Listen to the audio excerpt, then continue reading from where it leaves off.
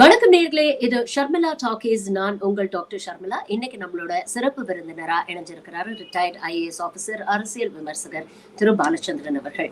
வணக்கம் சார். வணக்கம் டாக்டர் ஷர்மிளா. வணக்கம். நிதியமைச்சர் நிர்மலா சீதாராமன் எப்பெல்லாம் சென்னைக்கு வராங்களோ அப்பெல்லாம் பிரஸ் மீட் கொடுத்து பரபரப்பா ஏதாவது ஒரு விஷயத்த சொல்லுவாங்க. அதே மாதிரிதான் நேத்தும் சொல்லியிருக்கிறாங்க. இன்ஃபேக்ட் பாத்தீங்கன்னா ஒரு IAS பயிற்சி மையத்துடைய விழாவுக்காக வந்திருக்காங்க. அந்த விழா முடிஞ்சு பிரஸ் சந்திக்கும் பொழுது பல விஷயங்களை சொல்லியிருக்கிறாங்க.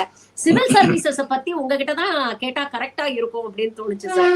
அதனாலதான் ஃபர்ஸ்ட் உங்களை கான்டாக்ட் பண்ணேன் நானு. பல முக்கியமான விஷயங்கள் சொல்லியிருக்கிறாங்க. ஒண்ணு என்ன அப்படின்னா, அந்த காலத்துல எல்லாம் நிறைய இன்டெலிஜென்ட் IAS ஆபீசர்ஸ் எல்லாம் தமிழ்நாட்டுக்கு வந்தாங்க அப்படின்னு சொல்லியிருக்கிறாங்க. அப்ப இங்க இருந்து மற்ற மாநிலங்களுக்கு போன IAS ஆபீசர்ஸ பத்தி என்ன நினைக்கிறாங்க அப்படிங்கிற ஒரு கேள்வி. அப்புறம் போற போக்குல பாத்தீங்கன்னா, மண்டல் கமிஷன் வந்ததுக்கு அப்புறம் தான் ஒரு குறிப்பிட்ட பிரிவினர் சேர்ந்தவர்கள் எல்லாம் சிவில் சர்வீசஸ்குள்ள வர முடிஞ்சது அப்படின்னு அதை ஒரு போற போக்குல சொல்லிட்டு அதை கடந்து போறாங்க. அதே மாதிரி ஊழல் அதிகரிச்சிருச்சு. இன்னைக்கு இருக்கக்கூடிய அதிகாரிகள் கிட்ட ஊழல் அதிகரிச்சிருக்கு. தே ஆர் ஸ்டீலிங் அப்படிங்கிற ஒரு குற்றச்சாட்டையும் வச்சிருக்காங்க. இதெல்லாம் எப்படி பாக்குறீங்க? முதல்ல பிரஸ் மீட் அவங்க நடத்துறாங்கிறது சந்தோஷப்படணும். அவங்க நிச்சயமா தன்னுடைய பிரதம மந்திரிட்டையும் இதை சொல்லுவாங்க, சொல்லி கொடுப்பாங்கன்னு நான் நம்புறேன். அவரும் இது மாதிரிலாம் பிரஸ் மீட் நடத்தினா நிச்சயமா சிறப்பா இருக்கும். அந்த விதத்துல ஃபினான்ஸ் மினிஸ்டர் நம்ம பாராட்டணும். இவங்க தகவல்கள் முழு உண்மை தகவல்களாக இருப்பதில்லை. உதாரணமா அந்த இதுல பயிற்சி நிலையத்துல போய் பேசும்போது இவர் வந்ததுக்கு அப்புறம் தான் கலெக்டர்ஸோட நேரடியா பேசுறாருன்னு சொல்லி சொன்னாங்க. அவங்களுக்கு இதுக்கு முந்தைய நிர்வாகம் என்ன செஞ்சதுங்கிறது தெரியலன்னு சொல்லி நினைக்கிறேன்.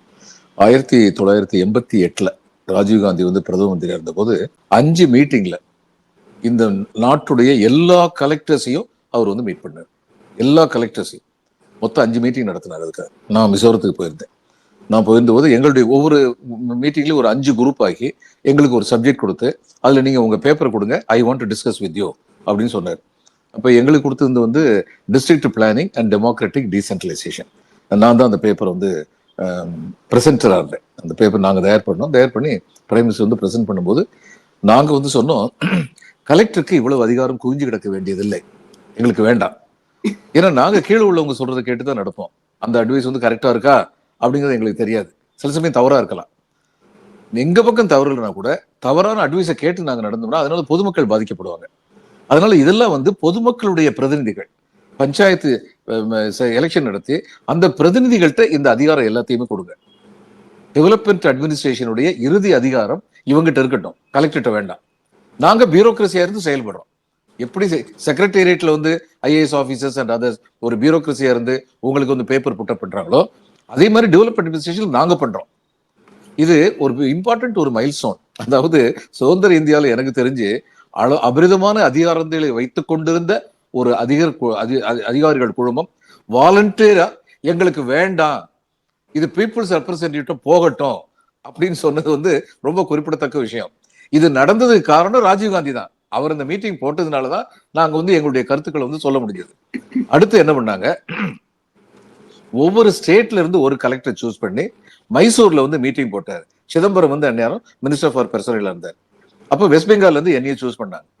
அந்த மீட்டிங்லயும் அந்த மீட்டிங்ல இவருக்கு சிதம்பரத்துக்கு ரிப்போர்ட் சப்மிட் பண்ற பிரசன்டரா நான் தான் இருந்தேன்.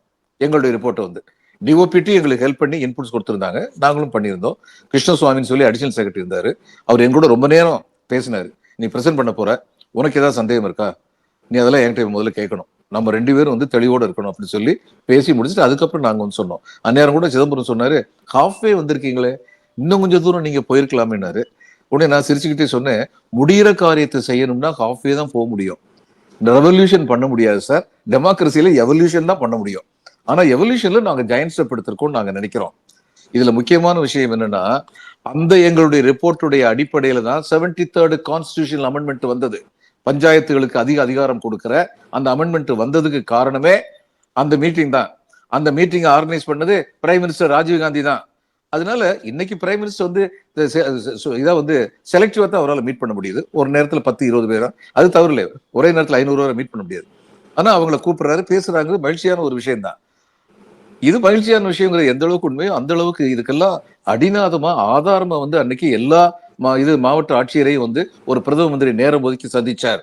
அதனுடைய அடிப்படையில ஒரு பஞ்சாயத்து ஆக்ட் வந்தது, நகர்பாலிகை ஆக்ட் வந்தது, அப்படிங்கிறது முக்கியம். இது வந்து அவங்களுக்கு தெரியும்னு நினைக்கிறேன்.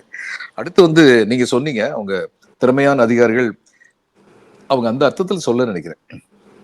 திறமையான அதிகாரிகள் வெளிமாநிலங்கள்ல இருந்து இங்க வந்திருக்காங்க அப்படின்னா, இங்க இருந்து நம்முடைய அதிகாரிகள் அங்க போயிருக்காங்க அப்படின்னா, ஐஏஎஸ்க்கு செலக்ட் ஆனவங்க எல்லாருமே அடிப்படை தகுதியோட அடிப்படை திறமையோட வர்றாங்க.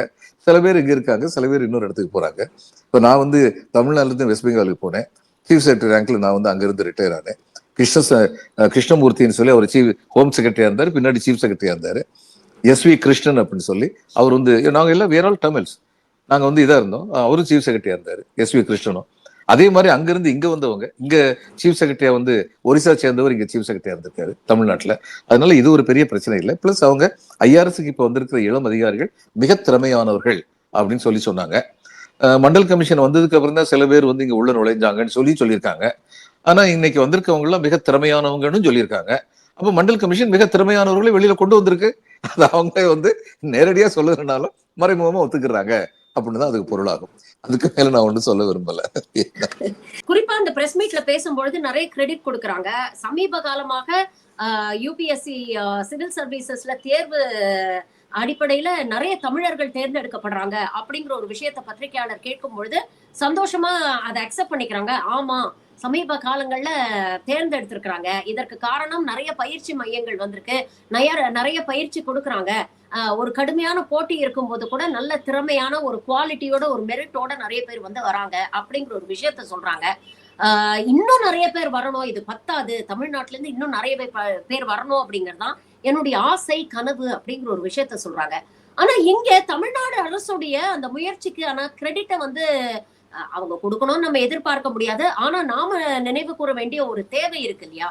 இப்ப லாஸ்ட் இயர் பாத்தீங்கன்னா திமுக அரசு இல்லாதவங்க, வசதி இல்லாதவங்க, இந்த மாதிரி பயிற்சி மையத்துக்கு போய் பயிற்சி எடுக்க முடியாதவங்களுக்காக நான் முதல்வன் அப்படிங்கிற ஒரு திட்டத்தை ஆரம்பிச்சாங்க. கடந்த வருடம் 45 பேர் செலக்ட் ஆயிருக்காங்க. இந்த வருடம் மொத்தம் 57 பேர் செலக்ட் ஆயிருக்காங்க. அதுல 50 பேர் நான் முதல்வன் திட்டம் கீழ் பயின்று பயிற்சி பெற்றவர்கள் அப்படிங்கிற ஒரு விஷயத்தையும் வந்து சொல்றாங்க. நிர்மலா சீதாராமன் போன்றவர்கள் ஆசையும் கனவுகளுக்கும் ஆண்றாங்களே தவிர அதை நடைமுறைப்படுத்தக்கூடிய இடத்துல வந்து இன்னைக்கு தமிழ்நாடு அரசு இருக்கு. கொஞ்ச நாள் முன்னால மகாராஷ்டிரா மாநிலத்துல ஐஏஎஸ் ஆபீசர்ஸ் வந்து எப்படி தவறான தகவல்கள் எல்லாம் கொடுத்து ஏமாத்தி வந்து அவங்க வந்து சேர்ந்தாங்க காடர்ல அப்படிங்கிற செய்திகள்லாம் நம்ம பார்த்தோம். உண்மையிலே நீங்க சொல்லுங்க சார், தமிழ்நாட்டுல இருக்கக்கூடிய அந்த பயிற்சிக்கும் மற்ற மாநிலங்கள்ல இருக்கக்கூடிய பயிற்சிக்கும் ஏதாவது வித்தியாசம் இருக்கா? என்ன இன்னும் மேம்படுத்தலாம், இந்த பயிற்சிகளை எப்படி மேம்படுத்தலாம்? இல்ல, அந்த காலத்துல வந்து ராவ்ஸ் ஸ்டடி சர்க்கிள்னு ஒண்ணுதான் ரொம்ப ஃபேமஸா சொல்லுவாங்க. அவங்க தான் நடத்திக்கிட்டு இருந்தாங்க ராவ் ஸ்டடி சர்க்கிள். அந்த நேரத்திலேயே தமிழ்நாடு அரசு வந்து ட்ரைனிங் பயிற்சி முகாம் வந்து நடத்திக்கிட்டு இருந்தாங்க. அது உண்மை. இப்போ இந்த இவங்க சொல்றதுல வந்து சில கான்ட்ரடிக்ஷன்ஸ் இருக்கு. அன்னைக்கு வந்து நிறைய தமிழர்கள் வந்தாங்கங்கிற மாதிரியும் சொல்றாங்க, திறமையான தமிழர்கள் வந்தாங்க அப்படிங்கிற மாதிரியும் சொல்றாங்க. இன்னைக்கு இந்த ஸ்டடி சர்க்கிள்லாம் வந்ததுக்கு அப்புறம் தான் அதிகமான பேர் வந்திருக்காங்க, மண்டல் கமிஷன் வந்ததுக்கு அப்புறம் தான் அதிகமான பேர் வந்திருக்காங்க அப்படின்னு சொல்றதெல்லாம் ஒரு குழப்பமான மனநிலைமை காமிக்குது. அன்னைக்கு வந்து நான் 1977 நான் சர்வீஸ்ல வந்து நுழைஞ்சேன். அன்னைக்கு எனக்கு தெரிஞ்சு நான் வந்து எந்த ட்ரைனிங் இன்ஸ்டியூட்டுக்கும் போனதில்லை. இவங்க சொல்றாங்க இந்த competition success review, competition master, இதெல்லாம் பத்தி கேள்விப்பட்டிருக்கேன், நான் படிச்சதில்லை. இன்டர்வியூக்கு போகும்போது கூட என் நண்பர்கள் சொன்னாங்க இந்த ராவ் ஸ்டடி சர்க்கிள் போயிட்டு வந்துறேன் அப்படின்னு. நான் சொன்னேன் அங்க போனேன்னா அவங்க சொல்லிக் கொடுக்கறது மனசுல போகுது, என்னுடைய தனித்தன்மை வந்து இல்லாம போயிடும். என்னுடைய தனித்தன்மையினாலதான் நான் எதுவும் வாங்கணும் அப்படின்னு சொல்லிட்டு போயிட்டேன். நான் மட்டும் கிடையாது, சுந்தரதேவன் சொல்லி செக்ரட்டரி சீஃப் ஸ்டாலா இருந்தாரு, அடிஷனல் சீஃப் செக்ரட்டரியா இங்க ரிட்டையர் ஆனார், தமிழ்நாடு காடர். அவரும் 77 வந்து இன்கம் டேக்ஸ்ல இருந்தாரு, அப்புறம் 79 வந்து ஐஏஎஸ்ல வந்து செலக்ட் ஆனார். 77 வந்து விஸ்வநாதன் சொல்லி என்னுடைய இன்னொரு நண்பர், பூண்டி புஷ்பம் காலேஜ்லயும் பச்சைப்பாஸ் காலேஜ்லயும் படிச்சவர். அவர் வந்து இந்தியன் ஃபாரின் சர்வீஸ்ல சேர்ந்தார். அவர் வந்து இன்னைக்கு வரைக்கும் சவுத் அமெரிக்கன் கண்ட்ரிஸை பத்தி he is one of the leading authorities in this country. South American கண்ட்ரியுடைய பாலிடிக்ஸ், எக்கனாமிக்ஸ், சோசியாலஜி எல்லாமே நல்லா தெரிஞ்ச ஆளு. மச்சேந்திரநாதன் இன்னொருத்தர் பத்தி என்னால் சொல்ல முடியும். மச்சேந்திரநாதன் என்னுடைய பேட்சில் ஐபிஎஸ் இருந்தார் 77ல, 79ல ஐஏஎஸ் ஆனார். அவரு செக்ரட்டரி கோஆர்டினேஷன் இன் கேபினட் செக்ரட்டரியேட் வந்து இருந்தவர். அதுக்கப்புறம் ஏர்போர்ட்ஸ் எக்கனாமிக் ரெகுலேட்டரி அத்தாரிட்டிக்கு வந்து சேர்மனா வந்து ரிட்டையர்மெண்ட்டுக்கு அப்புறம் 3 வருஷம் ரொம்ப சிறப்பா இது வச்சவர். திறமைகள்ங்கிறது வந்து எல்லா இடத்துலயும் இருக்கு.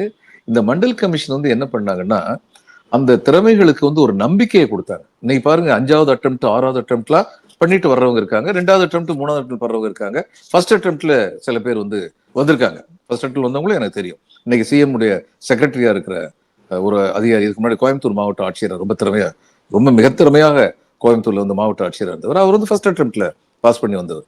இது மாதிரி எல்லாருமே வந்து இன்னைக்கு பல பேருக்கு வந்து கிராமப்புறங்கள்ல உள்ளவங்களுக்கெல்லாம் வந்து ஐஏஎஸ் ஒன்றும் கம்பசூத்திரம் கிடையாது. நம்ம வந்து இந்த மாதிரி ட்ரைனிங் இன்ஸ்டியூட் அதுன்னு சொல்லி போய் படிச்சு கஷ்டப்பட்டு மேல வந்துட முடியும். நான் வந்து ஒரு இன்ஸ்டியூட்டுக்கு வந்து ஒரு அட்வைசர் மாதிரி இருக்கேன். அங்க போகும்போது ஒரு பையன் வந்து இன்டர்வியூக்கு வந்திருந்தாரு. நான் அவர்கிட்ட ஒரே ஒரு கேள்விதான் கேட்டேன். நீங்க இன்டர்வியூல வந்து என்ன ட்ரெஸ் பண்ண போறீங்க சார்? அங்க வின்டர் சமயத்துல இன்டர்வியூ சார், மார்ச் மாசம் குளிரா இருக்குங்கிறாங்க, கோட்டு சுட்டு தான் போடணும். வாங்கிட்டீங்களா அப்படின்னு கொஞ்சம் நெளிஞ்சாரு. என்ன விஷயம் வாங்கிட்டீங்களா அப்படின்னு. வாங்கணும் சார் அப்படின்னாரு. தற்செயலா எங்கையில நேரம் பணம் இருந்தது. பாருங்க, நான் இந்த பணத்தை உங்கள்கிட்ட கொடுக்குறேன், நீங்க இன்னைக்கே போய் கோட் சூட்டு துணி வாங்கி தைக்கிறீங்க. தச்சுட்டு வீட்டுல ஒரு 7-8 நாள் அதை போட்டு பழகிக்கோங்க. திடீர்னு கோட் சூட்டோட போனா ஒரு மாதிரி அந்நியமா இருக்கும். You will feel uneasy. அப்படி இருக்கக்கூடாது. பணத்தை அவர் வாங்க மாட்டேன், ரொம்ப சிரமப்பட்டு பணத்தை அவர்கிட்ட கொடுத்தேன். வாங்கவே மாட்டேன்னாரு. ரொம்ப தன்மானம் உள்ள பையன். நான் வந்து சொன்னேன், இது உங்களுக்கு நான் வந்து இதா கொடுக்கலங்க, ஒரு இன்சென்டிவா கொடுக்குறேன், நீங்க செலக்ட் ஆகலன்னா வட்டியோட எனக்கு திருப்பி கொடுத்துருங்க, இந்த பணத்தை எடுத்துட்டு போங்க அப்படின்னு. அவர் வந்து ஐஆர்எஸ் செலக்ட் ஆனார். ஒரு சாதாரண பின்புலம் உள்ளவர்னு எல்லாரும் நினைப்பாங்க. பின்புலம் எப்படி வேணாலும் இருந்திருக்கலாம். ஆனா அவருக்கு வந்து இருந்த இன்டெலிஜென்ஸ் வந்து கரெக்டா தான் இருந்தது. அதனால இன்னைக்கு வந்து ஏதோ எஜுகேஷன் ஸ்டாண்டர்ட் கீழே போயிருச்சு, ஒரு தரம் சொல்றாங்க எஜுகேஷன் ஸ்டாண்டர்ட் கீழே போயிருச்சுன்னு, இன்னொரு தரம் சொல்றாங்க இப்போ வர எங்க ஐஆர்எஸ் ஆபீசர்ஸ் எல்லாம் அவ்வளவு பிரில்லியண்டா இருக்காங்கிறாங்க. அப்போ இது ரெண்டும் கான்ட்ரடிக்ஷனா இருக்குன்னு சொல்லி எனக்கு தோணுது. அவ்வளவுதான். சாதிவாரி கணக்கெடுப்புக்கு வந்து திமுக கிரெடிட் கிளைம் பண்றாங்க, அரசியல் ஆதாயத்துக்காக இதை பண்றாங்க. உங்களுக்கு சாதிவாரி கணக்கெடுப்பு பேசுறதுக்கு என்ன தகுதி இருக்கு? சமூக நீதி மண் அப்படின்னு பேசுறீங்களே, மற்ற மாநிலங்களை விட நாங்க முன்னேறிட்டோம்னு சொல்றீங்களே, ஆனா முன்னேறிய உங்களுடைய மாநிலத்துலதான் வேங்கை வயல் போன்ற சம்பவங்கள் நடக்குது. இன்னும் தெருக்களுக்கு வந்து சாதி பெயரை வச்சுட்டு சுத்திட்டு இருக்கிறீங்க. அதனால இதற்கு நீங்க எப்படி கிரெடிட் கிளைம் பண்ணலாம் அப்படிங்கிற ஒரு விமர்சனத்தை நிர்மலா வைக்கிறாங்க. நாம எதுக்கு சாதிவாரி கணக்கெடுப்பு வேணும்னு சொல்றோம்? இவ்வளவு நாள் ஒன்றிய அரசு தரப்புல இருந்து, மோடி தரப்புல இருந்து சாதிவாரி கணக்கெடுப்பு ஏன் எதிர்த்துக்கிட்டு இருந்தாங்க? இதெல்லாம் அப்படியே ஓரமா ஒதுக்கி வச்சுட்டு இன்னைக்கு திமுக மேல இப்படிப்பட்ட ஒரு குற்றச்சாட்டை வைக்கிறாங்களே, இது எப்படி பாக்க? இல்ல, வேங்கை வயல் பத்தி யாரும் சந்தோஷப்பட முடியாது. அதனால வந்து என்ன நமக்கு தெரியணும்னா, ஏறக்குறைய 1200 ஆண்டுகளாக திணிக்கப்பட்ட ஒரு சமுதாய அமைப்பு, ஆண்டான் அடிமைங்கிறது வந்து ஸ்திரமா வந்து அமைக்கப்பட்ட ஒரு சமுதாய அமைப்பு. அந்த கட்டமைப்பிலிருந்து விடுதலையாகி கடந்த 100 ஆண்டுகளாக விடுதலை ஆவதற்கான முயற்சிகள் தொடர்ந்து முன்னெடுத்து நடத்தப்படுகின்றன தமிழ்நாட்டில், நீதி கட்சி வந்ததிலிருந்து. ஆனா உடனடியா நம்ம நினைச்சிட முடியுமா எல்லாமே சரியா போச்சு? என்னன்னா இன்னைக்கு நடக்குது, அது ராகுல் காந்தி சரியா சொன்னார். இது 1000 ஆண்டுகளாக நடந்து கொண்டிருக்கும் கருத்தியல் யுத்தம் அப்படின்னு ஒரு கூட்டத்தில் சொன்னார். அதுதான் உண்மை. அந்த கருத்தியல் யுத்தத்துல வந்து முன்னாடி வந்து ஃபைட் பண்றவங்க இருக்காங்க, பின்னாடி இருந்து தூண்டி விடுறவங்க இருக்காங்க. இது மாதிரி எத்தனையோ பிரச்சனைகள் இருக்கு. அந்த பிரச்சனைகளுக்கு நடுவுல தான் இப்போ யூபியில வந்து ஜாதி கொடுமைகள் நடக்குது, தமிழ்நாட்டிலையும் ஜாதி கொடுமைகள் நடக்குது. ஒரு சின்ன வித்தியாசம் என்னன்னா, அந்த யூபி முதலமைச்சர் வந்து இந்த ஜாதி கொடுமையை கண்டிக்கிறாரா? ஜாதிகள் ஒருத்தர் வந்து ஈக்குவல்னு சொல்லி பார்க்கணும்னு சொல்றாரா? ஆனா இங்க வந்து ஒரு நரிக்குறவு பெண்ணுக்கு வந்து பஸ் நடத்துனர் வந்து அவமரியாதை நடத்தினான்னு செய்தி கேட்ட உடனே அந்த பஸ் நடத்துனர் வந்து பணி இடைநீக்கம் செய்யப்படுகிறார். இப்ப இந்த கேஸ்ல வந்து இந்த ஜாதி மனப்பான்மை வந்து அரசியல்ல உள்ளவங்ககிட்ட இருக்கு, கவர்மெண்ட் ஆபீஸ்ல உள்ளவங்ககிட்ட இருக்கு, பப்ளிக்ல வந்து இருக்கு. மாமன்னன் ஒரு படம் வந்துச்சு. அந்த படம் வந்து ரொம்ப அற்புதமான ஒரு படம். வடிவேலு, உதயநிதி இவங்க எல்லாம் நடிச்சிருந்தாங்க. அந்த உதயநிதி வந்து எனக்கு ரொம்ப பிடிச்சிருந்த ஒரு விஷயம், அவர் வந்து படத்துடைய ப்ரொடியூசர், அவர் தான் ஹீரோ அந்த படத்துல. அவர் தான் தகப்பனார் வந்து எந்திரி இந்த மாதிரி ஜாதி இல்ல அடங்கி கிடக்கான்னு சொல்றவரு. ஆனா டைட்டில் போடும்போது தன்னுடைய பேரும் முதல்ல போடல, அவர் தன்னுடைய பேரை 3ஆவதா போட்டிருந்தார். அது நான் நினைக்கிறேன் ரொம்ப பெருந்தன்மையான ஒரு செயல்னு சொல்லி நினைக்கிறேன். தட் அபார்ட், அந்த படத்துல வந்து ஃபாசில் வந்து ஒரு ஜாதி வெறி பிடிச்சவரா வர்றார். இப்ப இந்த மாமன்னன் படத்துல ஃபாசில் நடத்துறத பார்த்து மனசு கொதிக்கணும் நமக்கு. ஆனா அந்த படம் பார்த்துக்கிட்டு இருந்த சில பேர் அதை ரொம்ப பெருமையா பாக்குறத நான் பார்த்திருக்கேன். சரியா சொல்றாயா? அப்ப அவங்க மனசுல அவ்வளவு வன்மம் இன்னைக்கு வரைக்கும் இருக்கு. இதையெல்லாம் எதிர்த்துதான் ஒரு அரசு வந்து தன்னுடைய நடவடிக்கைகளை எடுக்க வேண்டியிருக்கு. அந்த நடவடிக்கைகள் எடுக்கிறதுல முனைப்போடு மகாத்மா காந்தி செத்த போது 2 பேர் அப்ஸ்காண்டர்ஸ் 25 வருஷம் அப்ஸ்காண்டர் தான் அவங்களை இது பண்ணிட்டு இருந்தாங்க, டிக்ளேர் பண்ணிட்டு இருந்தாங்க.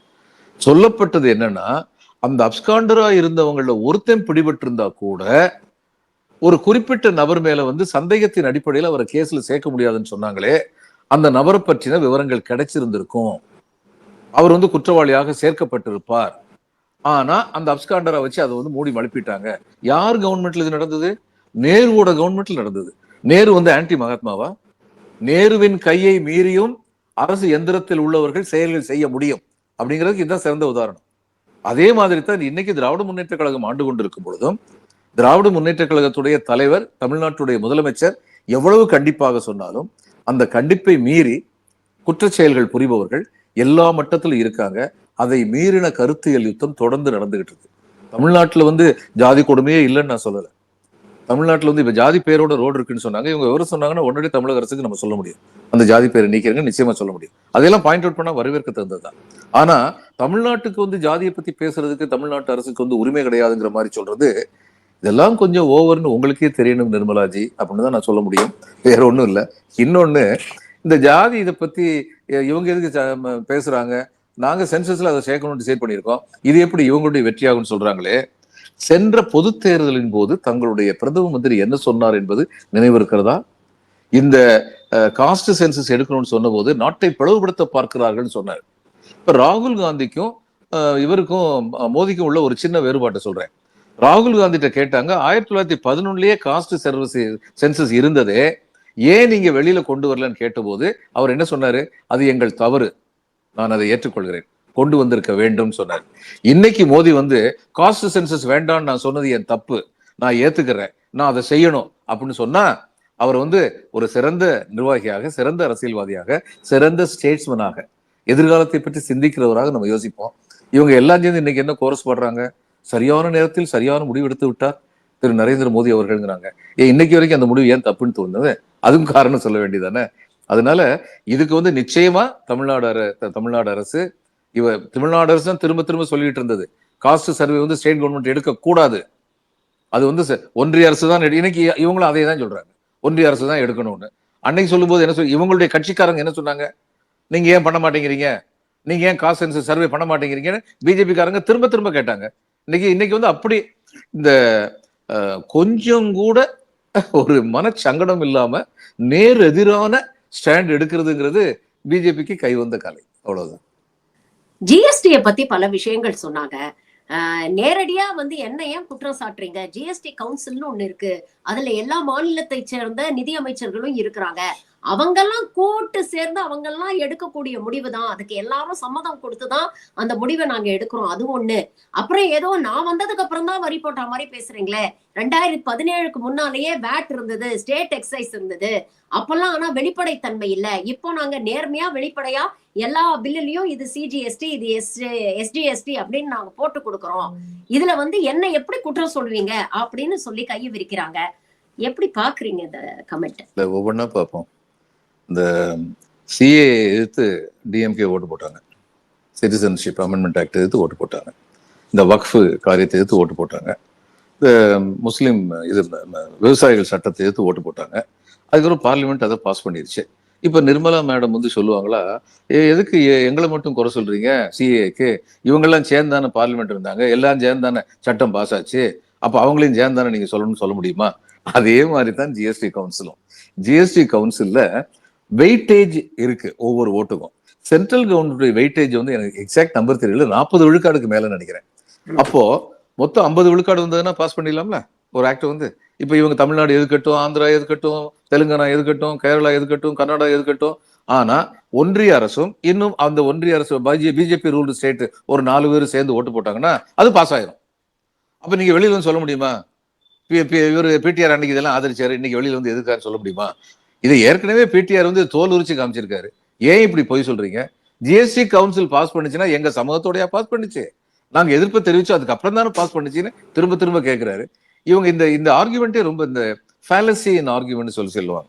அது மாதிரி இது இந்த ஆர்குமெண்டே ஒரு தவறான அடிப்படையில் கூறுகின்ற ஒரு வாதம் அப்படின்னு சொல்லி நான் நினைக்கிறேன். ஜிஎஸ்டி கவுன்சில் பாஸ் பண்ணுதுன்னா அங்க உங்களுக்கு மெஜாரிட்டி இருக்கு, பாஸ் பண்றீங்க. அந்த மெஜாரிட்டி வச்சு மற்றவங்களுடைய கருத்துக்கள் மேல ஏறி மிதிச்சு நீங்க பாஸ் பண்றீங்க, அதுதான் உண்மை. அப்புறம் நாங்க வர்றதுக்கு முன்னாடி வேட் இருந்துச்சுலாம் சொல்றாங்கல்ல, நான் ஒண்ணு கேட்கிறேன், ஆமா நீங்க வர்றதுக்கு முன்னாடி நான் குடிக்கிற டீக்கெல்லாம் 18% நான் கொடுத்தேனாமா? போய் ஹோட்டல்ல போய் சாப்பிடுறதுக்கெல்லாம் நான் காசு கொடுத்தேனாமா?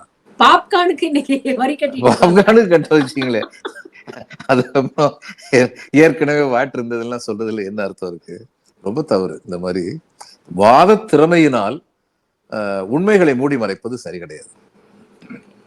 Offence is the best form of டிஃபென்ஸ்னு சொல்லுவாங்க. அந்த மாதிரி ஒரு ஸ்டாண்ட தான் அதிமுக பாஜக கூட்டணியை பத்தி கேட்கும் போது நிர்மலா சீதாராமன் எடுக்கிறாங்க. திமுகவுடைய தலைவர் முதலமைச்சர் வந்து அதிமுக பாஜக கூட்டணியை விமர்சனம் பண்ணியிருக்காரு அப்படின்னு சொன்னோன்னே இவருக்கு என்ன தகுதி இருக்கு விமர்சனம் பண்றதுக்கு? இவங்க அமைச்சர்களே வந்து ஊழல் வழக்குல இன்னைக்கு வந்து பதவியை ராஜினாமா பண்ணியிருக்கிறாங்க. இது வந்து லிட்டரலி அவங்க பயன்படுத்தின வார்த்தை who is quoting the bible, I don't want to use the yes word அப்படின்ட்டு மறைமுகமா முதல்வரை சாத்தான் அப்படிங்கிற ஒரு விமர்சனத்தை வைக்கிறாங்க. இதெல்லாம் எப்படி பாக்குறது? இந்த முதல்வரை சாத்தான்னு மறைமுகமா சொல்றாங்க. எனக்கு ஒரு பழமொழி நினைவுக்கு வருது, சாத்தான் வேதம் ஓதுகிறது அப்படின்னு. எனக்கு இன்னொரு பழமொழி நினைவுக்கு வருது, அதுக்கு நிர்மலாஜி என்ன சொல்லுவாங்க அப்படின்னு எனக்கு தெரியல. இப்போ செந்தில் பாலாஜி வந்து ஊழல் செஞ்சாருன்னு சொல்லி அவர் மந்திரி பதவி விட்டு விலகல. அந்த வழக்கு இன்னும் இதுல இருக்கு. அவர் எதனால விலகியிருக்காருன்னா, சுப்ரீம் கோர்ட் சொல்றாங்க, நீங்க மந்திரி பதவியில் இருந்தா சாட்சியங்களை கலைத்து விடலாம்ங்கிற ஒரு ஐயம் இருக்கு. அதனால நீங்க வந்து உங்களுக்கு மந்திரி பதவி வேணுமா அல்லது ஜாமீன் நீடிக்கணுமான்னு சொல்லி டிசைட் பண்ணுங்கன்னு அவர் ஜாமீன் நீடிக்கணும்னு சொல்லி மந்திரி பதவியை ராஜினாமா பண்ணிடுறாரு. குற்றவாளியாக இருந்தால் அவர் தண்டிக்கப்பட வேண்டும், அதுல எனக்கு எந்த சந்தேகம் இல்லை. கோர்ட் வந்து விசாரணை நடத்தி இறுதி முடிவு எடுக்க வேண்டும். அதனால அது கோர்ட்ல நிலுவையில தான் இருக்கு இன்னைக்கு வரைக்கும், அப்படிங்கிறதா உண்மை. அதனால அதுல இவங்க தப்பா பேசுறாங்க.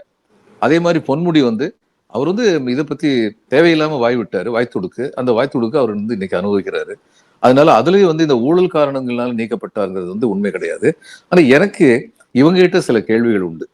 ஊழலின் மொத்த வடிவம்னு சொல்லி ஒருத்தர் நீங்க வந்து காங்கிரஸ்ல இருந்த போது குறை சொல்லிட்டு இருந்தீங்க. அவர் உங்க பார்ட்டிக்கு வந்ததுக்கு அப்புறம் அஸ்ஸாம் சீஃப் மினிஸ்டராகவே ஆக்கி விட்டீங்க. இன்னைக்கு அவருடைய ஊழல் எல்லாம் காணாம போயிடுச்சு. 70,000 கோடி ரூபாய் ஊழல் பண்ணான்னு அஜித் பவாரை பத்தி பேசுனீங்க. அடுத்து உங்களுடைய அரசுக்கு வந்து அவர் ஆதரவு கொடுத்த உடனே அந்த கேஸையே க்ளோஸ் பண்ணிட்டீங்க. அப்ப இன்னைக்கு அவர் உண்மையா சுத்தமான ஆளா? நிதி அமைச்சரா வேற, துணை முதலமைச்சர், நிதி போர்ட்போலியோ வேற பொறுப்போட வேற கொடுத்திருக்கீங்க. அப்ப நான் என்ன சொல்றேன், ஊழல் நாட்டுல அரசியல் கட்சிகள் மத்தியில இருக்கிற ஊழலை பத்தி பேசுறதுக்கு உங்களுக்கும் எனக்கு உரிமை இருக்கு. பிஜேபிக்கு அந்த உரிமை கொஞ்சம் கூட கிடையாது. இதுதான் உண்மை. ரொம்ப வருத்தமான ஒரு உண்மை. எல்லா அரசியல் கட்சிகளுடைய ஊழல் இருக்கு. எல்லா அரசியல் கட்சியுடைய ஊழலை எதிர்த்து நம்ம போராடணும். ஆனா பிஜேபிக்கு ஊழலை பத்தி பேசுறதுக்கு தகுதியே கிடையாது. இதுதான் உண்மை.